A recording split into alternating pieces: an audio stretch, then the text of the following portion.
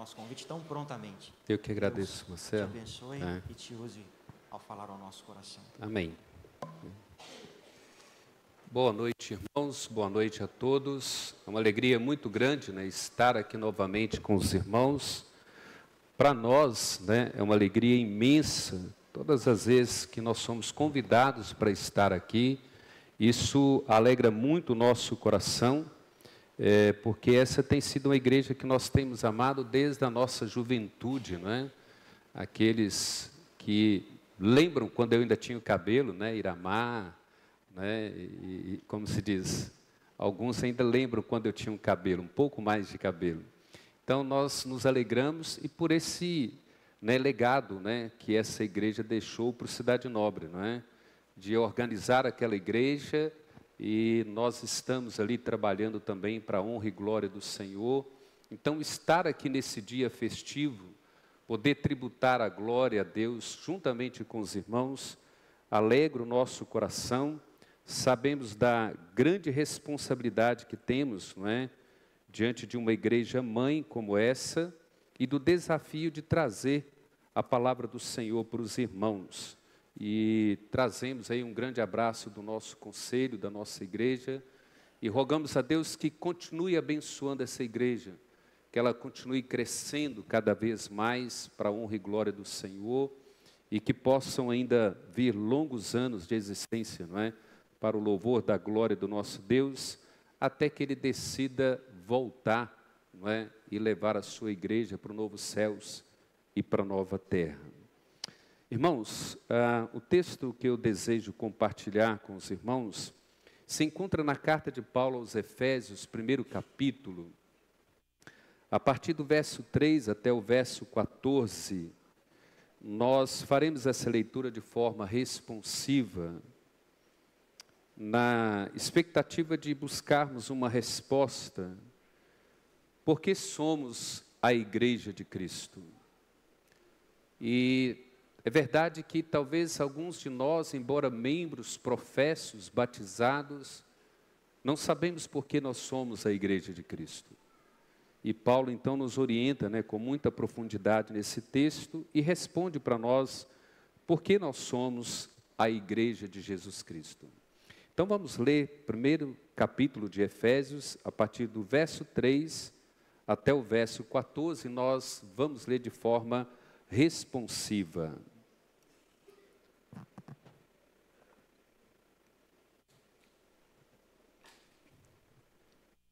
A palavra do Senhor nos diz assim: Bendito Deus e Pai de nosso Senhor Jesus Cristo, que nos tem abençoado com toda sorte de bênção espiritual nas regiões celestiais em Cristo.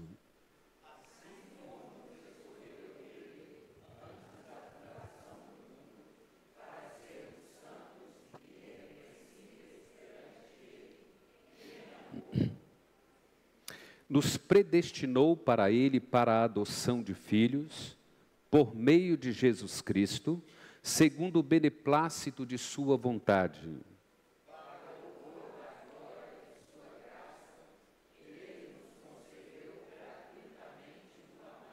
No qual temos a redenção por seu sangue, a remissão dos pecados, segundo a riqueza da sua graça.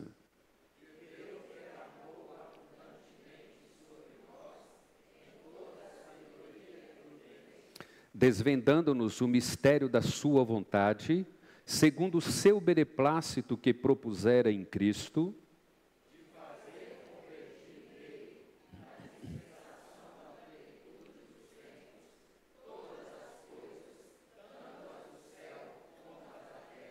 nele digo, no qual fomos também feitos herança, predestinados segundo o propósito daquele que faz todas as coisas, conforme o conselho da sua vontade.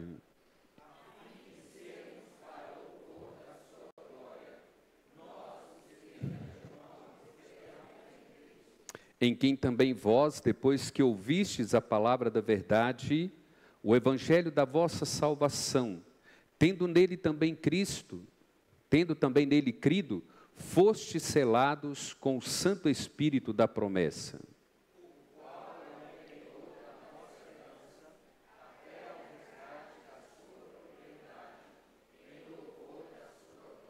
Vamos orar mais uma vez? Pai, nós engrandecemos o Teu santo nome, porque Tu és digno de toda a honra, de toda a glória, de todo louvor e toda adoração.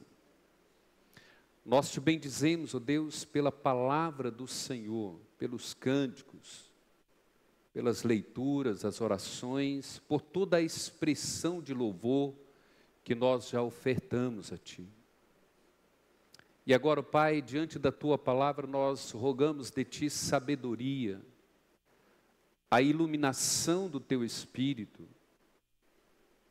Ó Deus, que o Teu Espírito prepare o nosso coração e a nossa mente, para que possamos aprender a Tua palavra nesta noite, para confirmar aquilo que já aprendemos, para solidificar aquilo que já cremos em Ti, para que tenhamos esperança inabalável diante de um mundo tão perverso que se opõe contra a Tua igreja. Nos ensine nesta noite para a honra e glória do Senhor, e que nós possamos expressar a Ti a nossa gratidão, por tão grande amor do Senhor para com esta igreja, por todos esses anos de bênçãos derramados sobre esta igreja, sobre o conselho, os pastores, cada membro que aqui congrega. Nós Te suplicamos e Te agradecemos, no nome do nosso Senhor e Salvador Jesus Cristo. Amém, ó Pai. Então, uma pergunta que nós temos, irmãos, é exatamente essa: por que somos a igreja de Jesus Cristo? Para muitas pessoas parece que ser igreja nada mais é do que uma religiosidade ou uma invenção humana. Vamos organizar uma igreja? Vamos cultuar um Deus? Vamos tributar a esse Deus toda a honra e toda a glória? Mas se nós perguntarmos assim, o que é a igreja? Quando nós falamos a respeito da igreja, vejam bem, hoje nós estamos, nesse final de semana, celebrando 52 anos de organização desta igreja. Mas de qual igreja nós estamos falando? Do templo?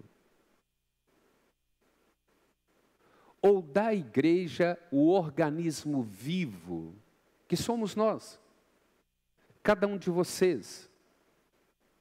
Que de fato, quando nós nos reunimos, nós nos tornamos a igreja de Cristo. É interessante que em casa, sozinho, você, eu, nós não somos igreja. Nós somos membros de um corpo. Nós não somos a igreja de Cristo em casa. Por isso é que nós lutamos contra os desigrejados. E é interessante como uma pessoa que professa Jesus Cristo como Senhor quer ser desigrejado, se a proposta de Cristo em nos redimir, em nos salvar, é nos fazer o corpo dele, é nos tornar a sua igreja, a sua noiva, para que nós sejamos, não é, a igreja, o organismo vivo onde nós nos reunimos para adoração a Ele. E esses desigrejados são desigrejados porque não entenderam a razão pela qual nós somos a igreja de Cristo. Porque nós somos o organismo dele. Por que nós somos o corpo? Paulo nos ensina isso em Efésios, chamando a igreja de a noiva de Cristo. E é interessante como que a noiva, ela não quer estar juntamente com o noivo. Por isso é que ele é desigrejado. A noiva não ama o noivo. Se diz que ama, mas não quer estar com ele. Não quer estar juntamente com os demais membros desse corpo. Então nós temos um desafio muito grande, mas Paulo nos ensina a razão pela qual nós somos a igreja de Cristo. E é interessante, irmãos, que quando nós entendemos isso, nós encontramos esperança nesse mundo, a despeito de toda a malignidade do mundo, a despeito de toda a oposição que o mundo coloca contra nós. Entendemos que nós podemos ser igreja, apesar de todas as circunstâncias, de todas as oposições que se levantam contra nós. Porque quando nós entendemos o que é igreja, então nós viveremos como igreja, e nós seremos a igreja, e nós seremos a noiva de Cristo, e nós seremos o corpo de Cristo. E Paulo então nos mostra isso aqui nesse capítulo. Vejam que quando ele começa o versículo 3, dizendo que bendito Deus e Pai de nosso Senhor Jesus Cristo, que nos tem abençoado com toda sorte de bênçãos espirituais nas regiões celestiais em Cristo. Ele diz assim: tudo que Jesus, o Pai, o Filho, o Espírito precisavam fazer para que nós fôssemos igreja, eles já fizeram. Deus não precisa fazer mais nada para que nós sejamos igreja. Ele já fez tudo em Cristo. E é isso que nós precisamos entender. Alguns de nós acreditam que as nossas boas obras, a nossa obediência à palavra, a nossa frequência na igreja, que nos torna cristãos. E isso não é verdade. Nós congregamos, nós somos assíduos, nós temos compromisso, nós professamos a fé, nós batizamos, porque nós somos a igreja dele. Nós não fazemos essas coisas para ser a igreja dele, nós fazemos porque somos. E é isso que nós vamos compartilhar com os irmãos. O primeiro ponto aqui seria: fomos escolhidos e predestinados por Deus. Essa é uma das razões pelas quais nós somos a igreja de Cristo. Fomos escolhidos e predestinados pelo próprio Deus. Olhe para o versículo número 4. Assim como nos escolheu nele, antes da fundação do mundo, para sermos santos, irrepreensíveis perante ele e em amor. Está vendo?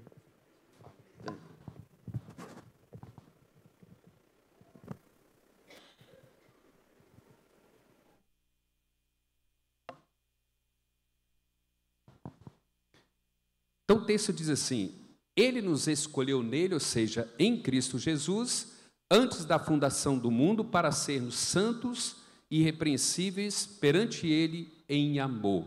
Qual é a natureza da nossa eleição? Você pergunta assim: por que eu sou eleito? Por que você é um eleito? Por que Deus decidiu te eleger? Por que Ele decidiu te escolher antes da fundação do mundo? Antes dos tempos eternos? O texto de Tito, primeiro capítulo, vai dizer que Deus te escolheu para ser a igreja dele antes dos tempos eternos. E aí a gente fica pensando: que tempo é esse que é antes dos tempos eternos? Que tempo é esse que é antes da eternidade? Qual é a natureza da nossa eleição? Ela é livre, ela é soberana. Deus faz isso livremente, soberanamente. Nós sequer existíamos e Ele decidiu nos escolher. Ele planejou isso tudo antes da fundação do mundo.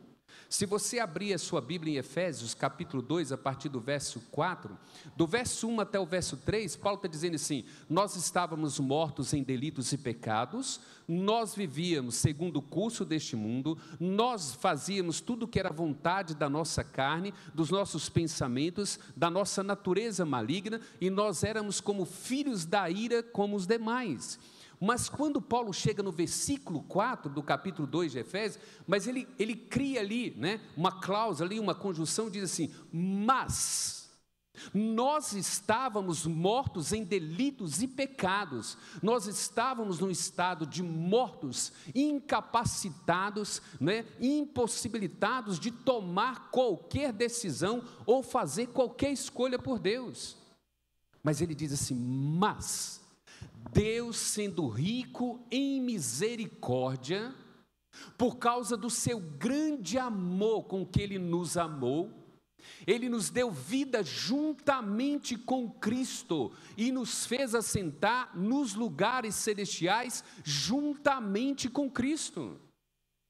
É sobre essa eleição que Paulo está dizendo: a razão pela qual você é a igreja de Jesus, a razão pela qual nós somos a igreja, é porque Deus, lá na eternidade, decidiu nos escolher. O texto que foi lido na liturgia aqui, a primeira carta de Pedro, capítulo 2, versículo 9, falando que nós somos uma nação santa, uma nação eleita, um sacerdócio real, e ele conclui assim, diz assim: propriedade exclusiva de Deus. Um dos profetas do Antigo Testamento chega a nos chamar de menina dos olhos de Deus. É assim que Deus olha para a sua igreja, é assim que Deus olha para você e para mim enquanto igreja. Nós somos propriedade exclusiva dele. Por causa de quê? Por causa do seu grande amor com que ele nos amou. O texto de Tito 2, do versículo 11 até o 14, ele vai dizer no versículo 14 que Jesus entregou a si mesmo para remir e purificar um povo de exclusividade sua. Pensa nisso, como que nós deveríamos estar aqui agora, cheio de júbilo, tributando a Deus honra e glória, dizendo para Deus: Deus, eu sou uma propriedade exclusiva do Senhor, eu sou a menina dos olhos do Senhor, o Senhor me comprou, o Senhor me escolheu na eternidade, eu sou igreja não porque eu te escolhi, eu não sou igreja porque simplesmente professei a fé em ti. A minha profissão de fé é uma resposta à escolha que o Senhor fez por mim. E a gente poderia então dar um glória, né? A gente é meio medroso, né? A gente não é muito pentecostal, né, presbiteriano, mas uma hora dessa a gente deveria ser, oh glória, aleluia, porque olha o que Deus fez por nós, olha a maneira como Deus nos amou. Na primeira carta de Timóteo, capítulo 2, versículo 5, ele vai dizer assim: há só um mediador entre Deus e os homens, Cristo Jesus, homem, o qual se entregou por nós. Você é eleito por Deus, amado por Deus. E há uma expressão de Paulo aqui em Efésios que diz assim: segundo o beneplácito de sua vontade. Essa palavra beneplácito diz assim, segundo o prazer da sua vontade. E eu fico tentando imaginar isso às vezes quando eu estou estudando em casa, irmãos. Como é que o Pai, o Filho, o Espírito lá na eternidade dizendo assim: há um prazer no nosso coração de escolher o Zé Renato, de elegê-lo. Há no nosso coração um prazer de eleger o Euler, de amá-lo, de redimi-lo, de fazer dele meu povo. Lembra lá do Velho Testamento, quando Deus está tirando o povo dele do Egito? Ele diz assim: Israel, eu serei o vosso Deus, vós sereis o meu povo. Então ele está dizendo assim, olha, ele nos escolheu para sermos santos. E quando foi que ele fez isso? Na eternidade. Quando você abre Tito, o primeiro capítulo, a partir do verso 1 até o verso 2, Paulo está dizendo que ele é um apóstolo enviado por Jesus Cristo.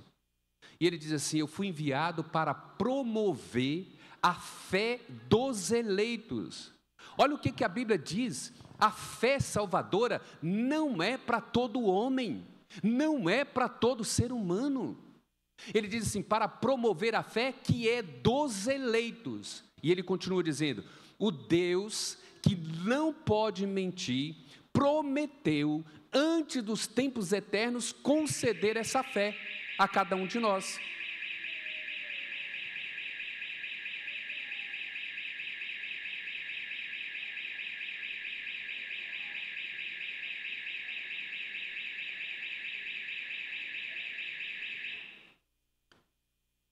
Então Tito está dizendo assim: o Deus que não pode mentir, prometeu antes dos tempos eternos nos eleger para ser a igreja dele. E eu pergunto a você, para quem Deus prometeu antes dos tempos eternos que ele iria eleger você para ser a igreja dele? Você vai para 2 Timóteo, primeiro capítulo, versículo 9, Paulo explica, ele prometeu a Jesus Cristo. O Pai prometeu ao Filho que iria nos eleger para ser a sua igreja. Então isso é o fundamento que nós temos aqui, olha.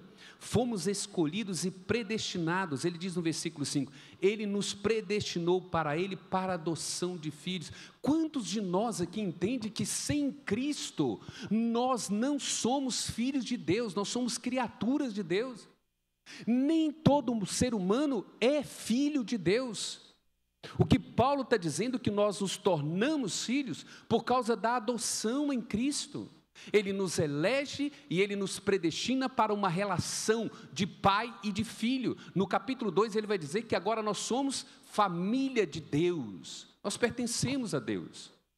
E ele vai dizer mais na primeira carta de João, lá no capítulo 3, ele diz assim: nós ainda não somos o que deveríamos ser, mas quando Cristo se manifestar, nós seremos como Ele.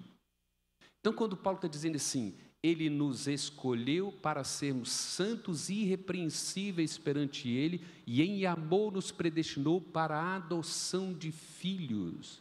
Deus tem um propósito, Deus tem uma finalidade. Deixa eu perguntar a você, qual é o propósito? Desculpa eu sair daqui, tá, Marcelo? Qual é o maior propósito que Deus tem para a sua vida? Você sabe? Talvez muitos de nós vão dizer sim, a vida eterna. Esse não é o maior propósito de Deus para você. Ele não te escolheu só para você ir para o céu. Ele não te elegeu só para você ter vida eterna. Ele tem um propósito maior.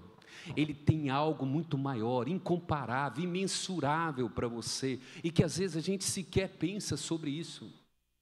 Está em Romanos 8, 29, quando ele diz assim: e Ele nos predestinou para sermos conformes à imagem e semelhança do seu Filho. O que Paulo está dizendo é que nós somos escolhidos como igreja, mas não é para ser qualquer igreja. Não é para ser qualquer tipo de crente, não é para ser qualquer tipo de cristão. Ele está dizendo assim, nós somos predestinados para ser a imagem do Filho dele, a semelhança do Filho dele, e essa é a proposta maior de Deus para você. Pensa nisso, um dia, eu e você, nós seremos a imagem e semelhança de Cristo. Você sabe o que significa isso? Você nunca mais vai pecar, nunca passará um mau pensamento na sua mente, você nunca mais vai odiar alguém, você nunca mais vai ter rancor no seu coração, você nunca mais vai ser preciso pedir perdão a alguém, porque você será perfeito, à imagem e semelhança de Cristo. Vocês já imaginaram o que é isso? Nós seremos a imagem e semelhança de Cristo. A imagem. Às vezes nós queremos tantas coisas na vida, e eu penso em dois conceitos ou dois princípios que são extremamente importantes para nós, que definem a nossa vida e que norteiam a nossa vida, que se chama valor e prioridade. Se eu sei o valor de Deus e de Cristo para mim, eu estabeleço a prioridade da minha vida. Se você souber quão grande é o valor de Deus e quão grande é o valor de Jesus Cristo, você nunca mais trocará a igreja de Jesus por qualquer outra coisa. Você é capaz de abrir mão da sua própria vida por causa de Cristo. Lembra quando Lucas escreve o capítulo 9, versículo 23? Se alguém quer vir após mim, negue-se a si mesmo, toma a sua cruz e siga-me. Você tem que morrer para você. Você tem que entender o valor de Deus e de Cristo para a sua vida. Por quê? Por causa do segundo ponto. Vejam bem, por que somos a igreja de Cristo? Porque fomos comprados pelo sangue de Jesus Cristo. Versículos 6 e 7. Para o louvor da glória de sua graça, que Ele nos concedeu gratuitamente no amado, no qual temos a redenção, pelo seu sangue, a remissão dos pecados, segundo a riqueza da sua graça, que Deus derramou abundantemente sobre nós, em toda sabedoria e prudência. Muitos de nós acham que Deus pode fazer assim, Deus é amor. Deus é amor, então ele olha para o Valdeir, para Iramar, e diz assim: eu vou amar aquele casal. Joia, eles são gente boa, não mentem, são honestos, bom pai, boa mãe. Eu vou amá-los e vou levá-los para o céu. Lembra o texto que eu citei? Mas Deus, sendo rico em misericórdia, por causa do seu grande amor com que Ele nos amou, Ele nos deu vida. Mas a gente precisa entender algumas questões. Por que que Cristo se torna o valor inestimável para mim? Por que que eu entendo que ser igreja é a primazia da minha vida? Porque eu entendo o valor de Cristo. Porque para Deus poder amar o Valdeir e a Iramar, para Deus poder amar a Vânia, para Deus poder amar o Marcelo, o Jorge, Ele não pode simplesmente nos amar. Ele não pode simplesmente dizer que vai nos pegar e nos levar para o céu, porque Ele nos ama. O texto é claro, ele diz assim, olha, no qual nós temos a redenção. Isso aqui diz preço pago. Há uma exigência da santidade de Deus. Há uma exigência da justiça de Deus, da retidão de Deus, da qual Ele não pode simplesmente nos amar e nos levar para o seu céu. É preciso que Ele faça algo além de amar. Abra sua Bíblia aí em Romanos capítulo 3, só para você entender isso. Acima do amor de Deus, há um sacrifício, há um preço a ser pago. Romanos 3, a partir do versículo 24, Paulo nos diz assim, olha: sendo justificados gratuitamente por sua graça, mediante a redenção que há em Cristo Jesus. Agora o versículo 25. A quem Deus propôs no seu sangue, como propiciação mediante a fé, para manifestar a sua justiça, por ter Deus, na sua tolerância, deixado impunes os pecados anteriormente cometidos, tendo em vista a manifestação da sua justiça no tempo presente, para Ele mesmo ser justo e o justificador daquele que tem fé em Jesus. O que Paulo está dizendo para nós?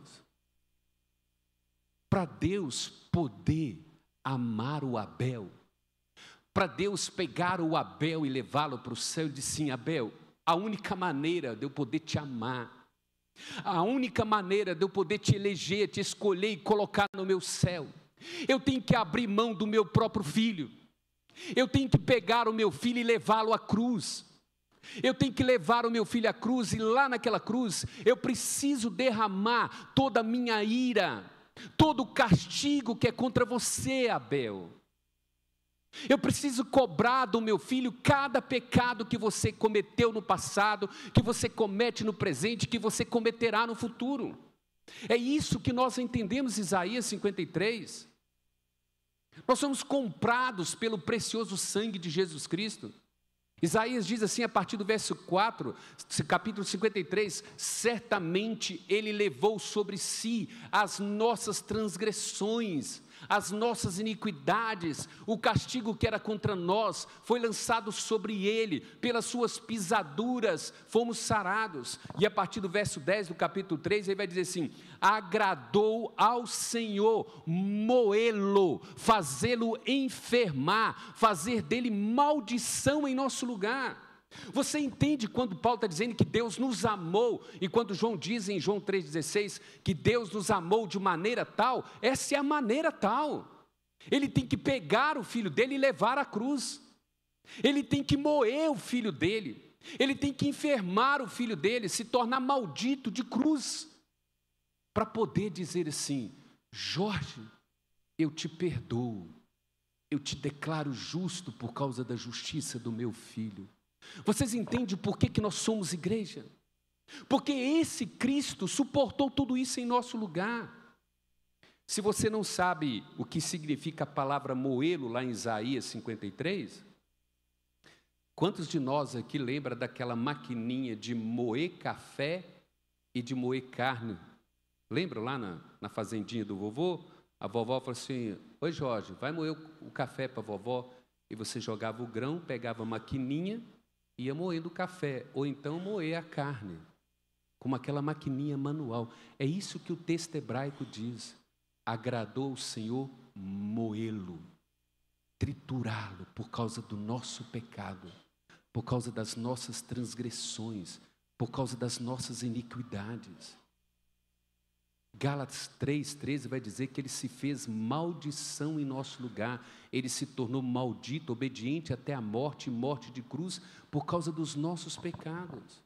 Então o texto diz que nós somos a igreja de Cristo, porque nós somos comprados pelo seu sangue, nem por ouro, nem por prata ou pedras preciosas, mas pelo precioso sangue do Senhor Jesus Cristo. Paulo nos ensina isso em Romanos 5,8, ele diz assim: mas Deus prova o seu próprio amor para conosco, pelo fato de ter Cristo morrido por nós, sendo nós ainda pecadores. E Paulo explica isso de uma maneira tão inteligível, de uma maneira tão impactante, que deveria impactar a sua vida e a minha vida, de modo que nós nos amássemos como igreja e amássemos a Jesus Cristo como o único da nossa vida e que dessemos primazia à igreja dele. Paulo, escrevendo Colossenses 1,13, ele diz assim: e ele nos libertou do império das trevas e nos transportou para o reino do Filho do seu amor. Olha o que Jesus fez para a gente ser igreja dele. Deixa eu explicar o que o texto está dizendo.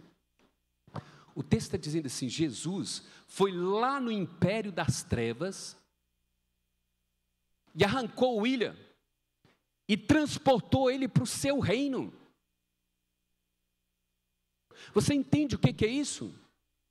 Jesus está dizendo assim: para eu formar a minha igreja, para eu formar o meu corpo, a minha noiva, eu tive que ir lá no império das trevas e resgatar você, cada um de vocês de lá, e transportar para o meu reino. Eu tirei vocês das garras de Satanás. Eu tirei vocês da escravidão do pecado. Se você quer entender isso, é só ler João 8,44, ele diz assim: vós sois filhos do diabo, e vós quereis satisfazer os desejos do diabo. Mas o que Jesus está dizendo, lá na primeira carta de João, é que Jesus veio para destruir as obras do diabo, e tirar cada um de nós de lá, e nos transportar para o reino dele. E como que ele faz isso? É só você abrir Colossenses 2, do verso 13 a 15.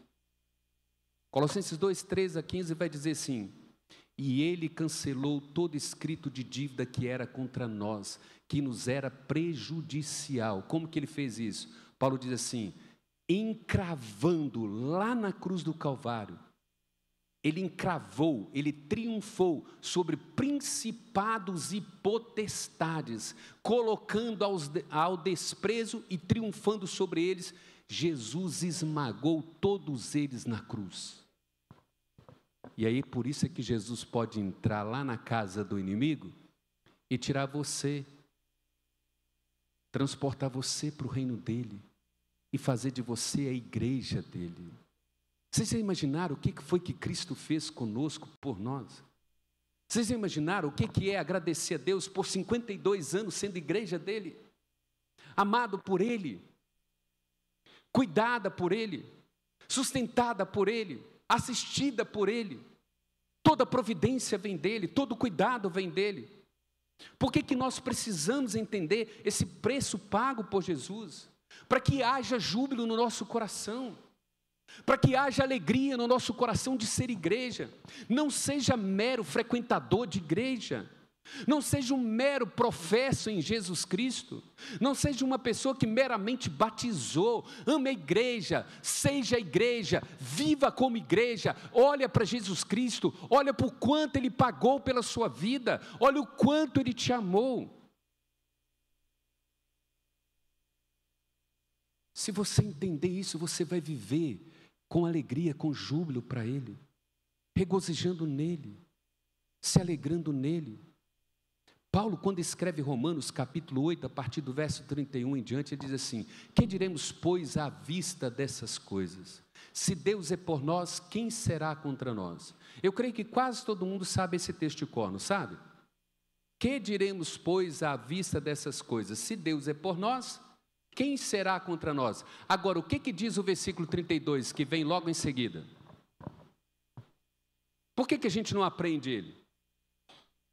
Por que a gente não decora ele? Ele é mais precioso do que o 31. Ele é mais valioso do que o versículo 31. Porque o versículo 32 vai dizer assim: olha, que diremos, pois, à vista dessas coisas? Se Deus é por nós, quem será contra nós? Aí o versículo 32 diz assim: aquele quem? Aquele que te elegeu, aquele que te comprou. Ele diz: aquele que não poupou o seu único filho, antes o entregou por nós, porventura não nos dará graciosamente as demais coisas com ele? O que Deus está dizendo? Jorge, nada te faltará, eu sou o seu pastor, eu dei o meu filho por você, eu levei o meu filho à cruz, eu te resgatei do império das trevas, eu te transportei para o meu reino, eu fiz de você o meu filho, e eu vou te formar à imagem e semelhança do meu filho. Ninguém te toca, ninguém te toca, ninguém te toma de mim, ninguém te toma das minhas mãos. Lembra o que Jesus ensinou em João 10, versículo 28 em diante? Aquilo que o meu Pai me deu é maior do que tudo, ninguém pode arrebatar das minhas mãos, e não pode arrebatar das mãos do Pai. Vocês entendem a preciosidade da igreja? O que é ser igreja? O valor da igreja para Jesus Cristo? O quanto nós significamos para Jesus Cristo enquanto igreja?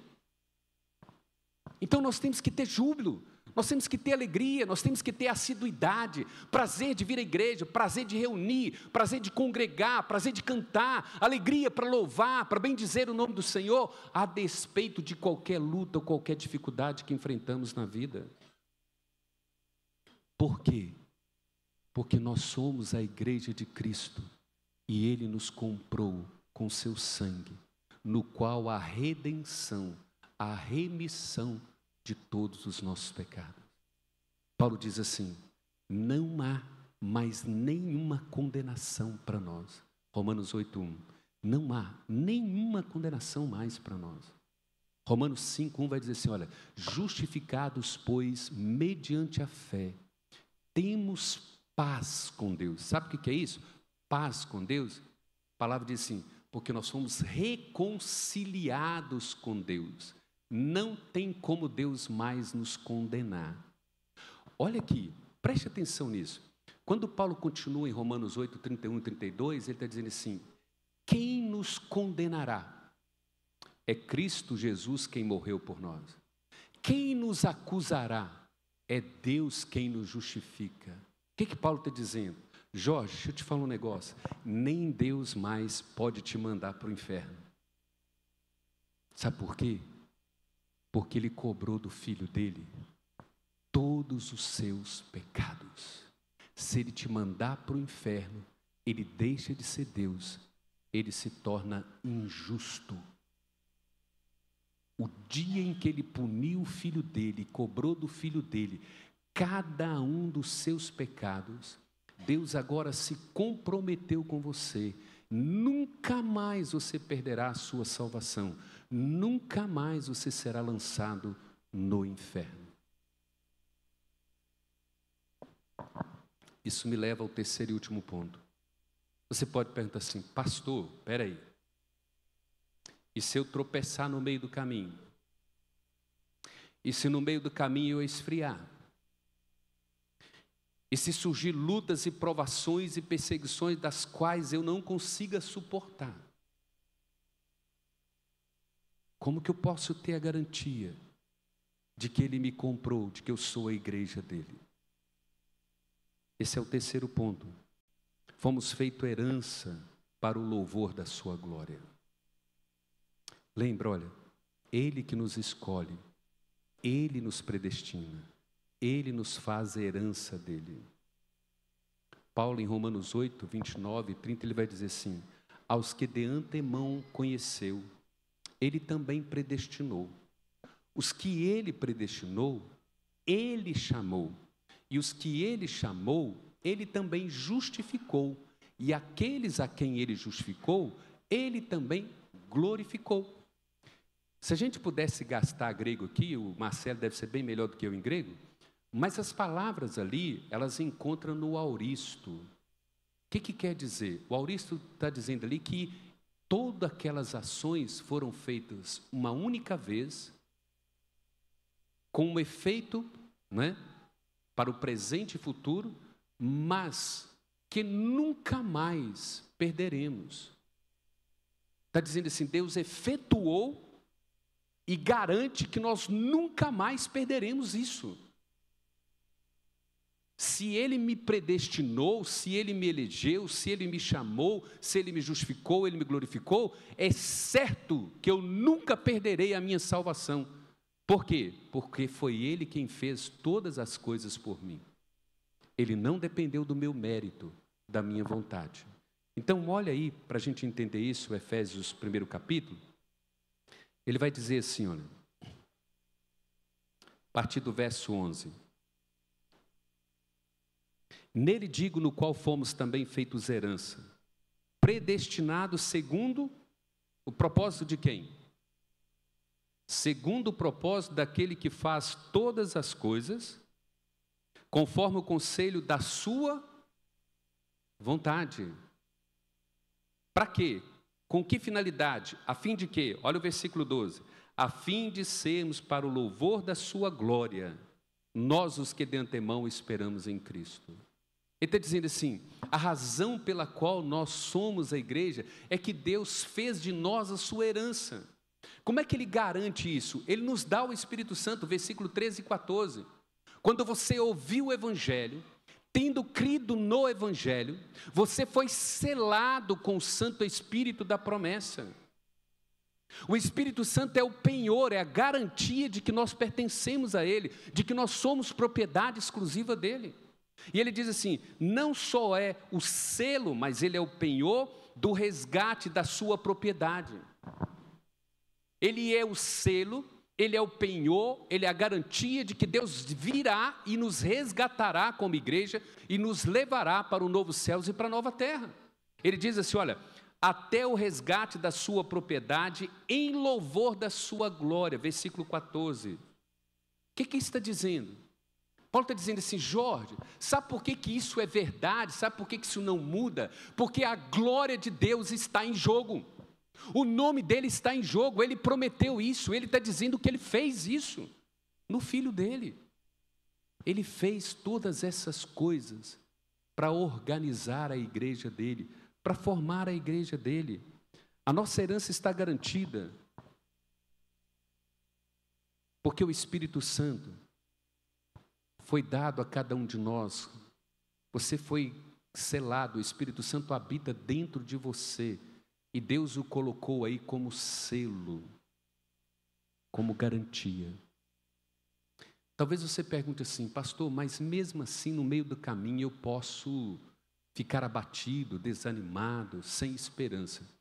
Quando a gente olha para Ezequiel, capítulo 36, a partir do versículo 26, Ezequiel diz assim, Jorge, deixa eu te ensinar uma coisa.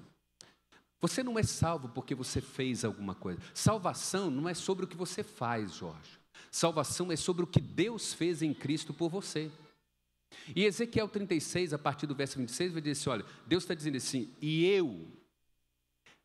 Deus dizendo, eu vou derramar água pura sobre vós, eu vou purificar o vosso coração, eu vou colocar o meu espírito dentro de vós, eu vou colocar os meus mandamentos dentro de vós, os meus estatutos, e eu vou fazer com que você me obedeça.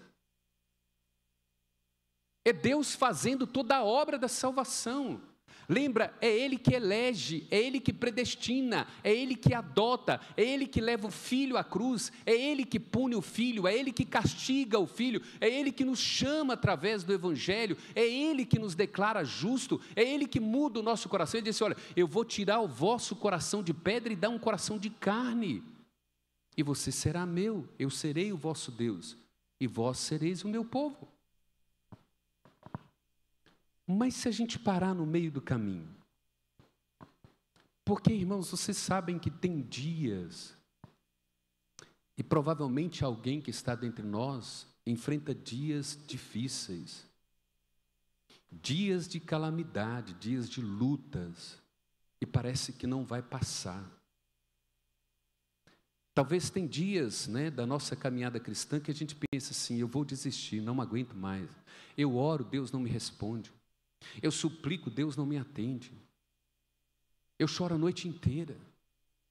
Sabe o salmista quando diz assim, o choro pode durar uma noite, mas a alegria...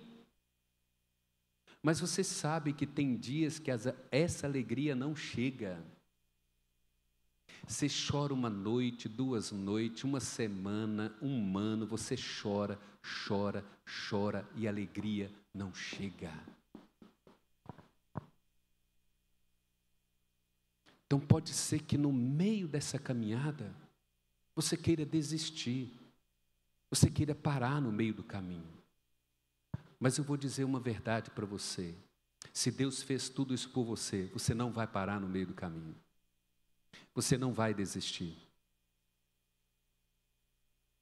Mesmo cansado, mesmo quando você não tiver uma gota para seguir, quando você não tiver motivação nenhuma para acreditar, Deus não vai te desamparar. Deus não vai te abandonar. Ele vai cumprir aquilo que Ele começou em você. Ele vai consumar a obra dele conforme Filipenses 1,6. Aquele que começou a boa obra em vós, há de completá-la até o dia de Cristo Jesus. E eu quero ler 2 textos para vocês entenderem isso. Isaías 41:10 diz assim, não te assombres, Jorge, porque eu sou contigo. Não temas, porque eu sou o teu Deus. Eu te fortaleço, eu te ajudo, eu te sustento com a minha destra fiel. Não é com o que você tem, Jorge. Não é com base no que você crê ou não crê. Não é se você tem força para continuar caminhando. Não é se você tem energia para continuar, se você tem força para continuar. Porque Isaías 40 vai dizer que, ele diz assim, não ouviste, não sabes que o eterno Deus nunca se cansa, nunca se fatiga? Ele multiplica forças onde não há nenhum vigor. Os moços de exaustos caem, mas os que esperam no Senhor sobem com asas como águias, voarão e não se cansarão. Aí ele entra no capítulo 41, porque eu sou contigo. A palavra ali, eu sou contigo, é a mesma que ele usou para Abraão, eu sou o teu ajudador. É o mesmo que Jesus fala sobre o Espírito Santo em João 16. O Espírito é o nosso Paráclitos, ele é o nosso Consolador. Ele diz assim, eu sou com você, Jorge. Eu sou o teu Deus. Lembra quando eu disse valor e prioridade? Deuteronômio 6, ouve, ó Israel, Yahvé é o único Senhor. Ele é o único Deus. Nós precisamos dizer para o mundo, só um tem trono, só um assenta no trono, só um é Senhor de toda a história da humanidade. Ele está dizendo, é Yahvé. E esse Yahvé está dizendo assim, eu sou com você, William. Eu sou com você, Abel. Eu sou com você, eu sou o teu Deus.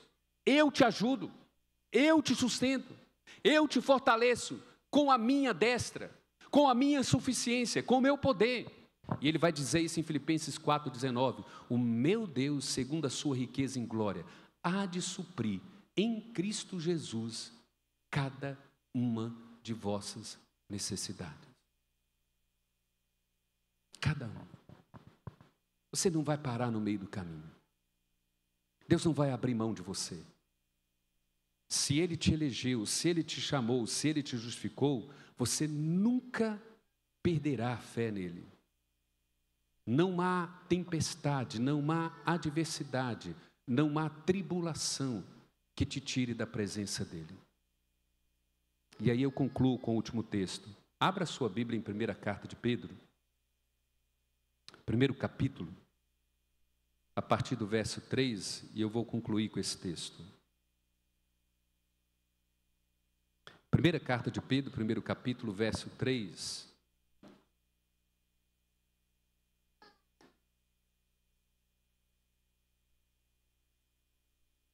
Por que nós somos a igreja de Cristo? Veja bem. Bendito Deus e Pai de nosso Senhor Jesus Cristo, que segundo a sua muita misericórdia, nos regenerou para uma viva esperança, mediante a ressurreição de Jesus Cristo dentre os mortos, para uma herança incorruptível, sem mácula, imarcessível, reservada nos céus para vós outros, que sois guardados pelo meu poder, mediante a fé para a salvação preparada para revelar-se no último tempo. Por que você não vai parar no meio do caminho? Por que nós não vamos parar no meio do caminho? Por que nós nunca vamos desistir de Deus? Ainda que passemos por um tempo afligido, desanimado, abatido, sem ver a esperança, sem acreditar que há uma luz lá no fim, Pedro está dizendo assim: bendito é o Deus que te regenerou para uma viva esperança. Ele te tirou do império das trevas e transportou você para o reino dele, para uma viva esperança. Não é uma esperança que morre, não é uma esperança que falha, porque senão não é esperança. A esperança está fundamentada numa verdade. Ele diz assim, olha, por que há uma esperança viva? Ele diz assim, olha, mediante a ressurreição de Jesus Cristo dentre os mortos. Ele está dizendo assim, a sua esperança está fundamentada na ressurreição de Cristo. Assim como eu ressuscitei Cristo, eu também vou te ressuscitar. Mas ressuscitar para quê, Deus? Ele diz assim, porque você tem uma herança. E onde é que está essa herança, conforme o versículo 4? Ele diz, essa herança, ela está reservada lá nos céus para cada um de nós. Deus diz assim, Zé Renata, sua herança está lá no céu, guardadinha, te esperando. Deus, mas e se eu não conseguir chegar lá? Deus, se eu parar no meio do caminho, se as coisas ficarem difíceis, ele diz assim, Zé, a herança está reservada aqui no céu para você. Lembra de João 14, quando Jesus diz assim, olha, eu vou para a casa do Pai e eu vou preparar um lugar para você lá. A sua herança está lá. Viu, Euler? Sua herança está lá. Mas como que eu posso ter certeza de que eu vou chegar lá e pegar essa herança, receber essa herança?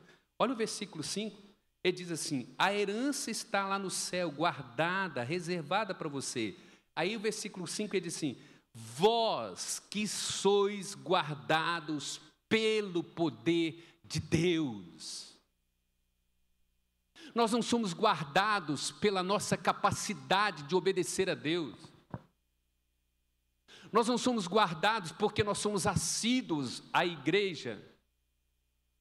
Nós não somos guardados na força porque nós guardamos vários textos da Bíblia. O texto está dizendo assim, você é guardado pelo poder de Deus. O Deus que te ressuscitou, o Deus que te deu herança e guarda essa herança lá no céu. Ele está dizendo, eu também te guardo com o meu poder. Por isso é que eu citei João 10 a partir do versículo 28. Ele vai dizer assim, olha, eu conheço as minhas ovelhas me conhecem. Elas ouvem minha voz, elas me seguem. Ninguém pode arrebatar das minhas mãos, ninguém pode arrebatar da mão do Pai. Ninguém, absolutamente ninguém. Então ele está dizendo assim, por que você não vai parar no meio do caminho? Porque Deus te regenerou para uma viva esperança. Ele te deu uma herança, Ele fez de você também herança, está lá reservada no céu para entregar a você. E Ele está dizendo assim, você que tem essa herança no céu, eu guardo você com o meu poder. Ninguém te toca, ninguém te toma das minhas mãos. Você chegará no meu céu e eu te darei essa herança. Como é que Paulo entendeu isso? Como é que Paulo nos ensina essa verdade? Como é que Paulo mostra para a igreja assim, isso é uma verdade indestrutível, isso é uma verdade que ninguém pode nos roubar, isso é uma verdade que nada pode nos separar dela. Onde é que Paulo nos ensina isso? Romanos 8. Porque ele começa, que diremos, pois, à vista dessas coisas, aquele que não poupou o seu único filho, e lá no versículo 38 e 39, ele vai dizer assim, porque eu estou bem certo. E ele canta, né? Agora ele tem que cantar. Agora é a hora de ser pentecostal, agora é a hora de dar glória, né? Ele diz assim, porque eu estou bem certo de que nem morte, nem vida, nem anjos, nem principados, nem potestades, nem coisas do presente, nem do porvir, nem poderes, nem altura, nem qualquer profundidade poderá me separar do amor de Deus que está em Cristo Jesus. Ele diz, eu estou certo disso. Mas não por causa dele, porque ele olha para o texto de Pedro e diz assim, olha, ele me regenerou para uma viva esperança, ele me deu uma herança, ele me guarda, ele garante que eu vou chegar lá. Por isso é que nós somos a igreja de Cristo. Nós somos o brilho de Deus na terra, nós somos a expressão de Deus na terra, porque Cristo habita em nós. Nós somos o corpo dele, nós somos a noiva dele, nós somos a igreja dele. Vocês já pensaram que preciosidade que Deus deu a você e a mim, a cada um de nós? Que privilégio, que honra que Deus nos concedeu. Por isso é que nós somos a igreja dele, não pelos nossos méritos, não porque a gente é melhor um do que o outro. É interessante que Deus escolheu cada um de nós e cada um de nós é pior do que o outro. Vocês já olharam para a Escritura, lá em 1 Coríntios, fala que Deus escolheu os piores para ser a igreja dele, para ser o corpo dele. 1 Coríntios 1, a partir do versículo 29, ele diz assim, ele não escolheu muitos de nobre nascimento, ele escolheu os loucos para envergonhar os sábios, ele escolheu o pobre para humilhar os ricos, ele escolheu os fracos para envergonhar os fortes. Ele pegou o pior que tinha na terra, redimiu, comprou com seu sangue, regenerou, deu novo coração e nos fez a igreja dele, o corpo dele, a noiva dele. E mais, ele diz assim, um dia, quando eu voltar, todos vocês serão a minha imagem e a minha semelhança por toda uma eternidade. Vamos orar, vamos agradecer a Deus. Senhor Deus, quão grande é o teu nome, quão grande é a tua glória, a tua majestade. Nos ensina, ó Deus, a respeito do teu valor, da tua grandeza, do valor e da grandeza de Cristo. Para que cada um de nós possa estabelecer prioridade de amar o Senhor, de honrar o Senhor com tudo que somos, com tudo que temos, com a nossa própria vida. Ó Pai, estenda as tuas mãos sobre esta igreja, a Igreja Presbiteriana Vila Celeste, ó Pai. Até aqui o Senhor tem honrado esta igreja. E conforme a tua palavra, o Senhor continuará honrando esta igreja, Deus. Porque essa igreja é tua. Ela foi comprada com o sangue do teu Filho. E o Senhor deu a cada um de nós essa herança reservada nos céus para nós. Abençoa, Deus, a vida do reverendo Marcelo, enquanto pastor desta igreja, sua família. Abençoa o conselho, a junta diaconal, toda a liderança. Cada criança, cada adolescente, cada jovem, cada casal, cada família que congrega nesta igreja, Pai. Sustenta essa igreja porque ela é tua. Manifesta a tua glória porque ela é o teu corpo, ela é a tua noiva. Sustenta essa igreja para que o mundo perceba a tua glória nela. e que teu nome seja engrandecido na vida de cada membro desta igreja. Nós assim te suplicamos e te agradecemos. No nome do nosso Senhor e Salvador Jesus Cristo. Amém, ó Pai.